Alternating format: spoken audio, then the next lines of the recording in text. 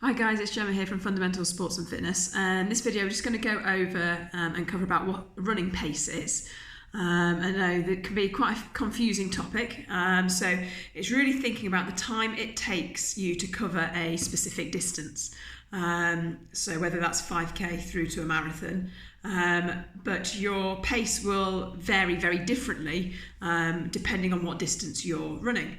If you're able to maintain sort of a 5k pace, which you're likely to think is going to be a lot quicker, then you would be able to maintain a marathon pace where you'll probably slow things down a little bit because of the distance that you're going to be covering over it.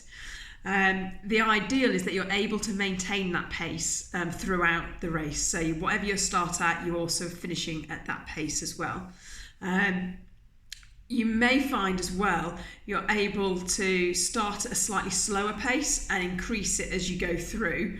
The idea being is then you're not only warming up your muscles ready to exercise, you're warming up your mind mentally, you're preparing yourself for what you're about to undertake as well.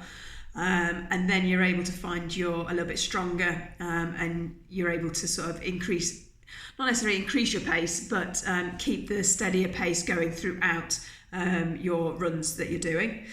I always find it's better to run with how you're feeling.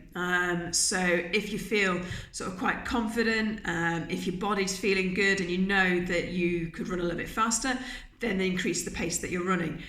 If at the same time you're thinking, actually, this doesn't feel like quite such a good running day and my legs are starting to tire a little bit, slow it down. You'll know your own body with how it feels, rather than trying to keep to the pace that you might have set yourself on a watch and get to the end of your run and not have enjoyed it as much because you've not been listening to how your body feels on the day.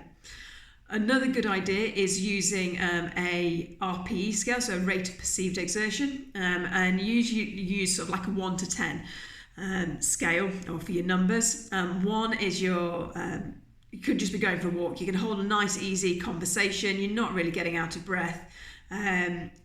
Towards going all the way through to a 10 in that you can't put any more effort in. It is, if you do any more, you will collapse on the floor.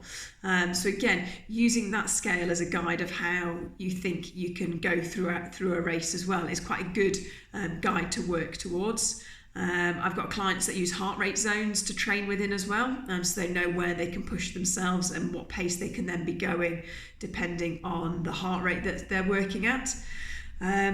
Another good tip that I've got is to plan the pace that you're going to be running or you think you could be running at on a treadmill. Therefore, you can then know if you're able to keep that pace going, but also then when you are out running, you know roughly what your body should feel like when you are running at that pace.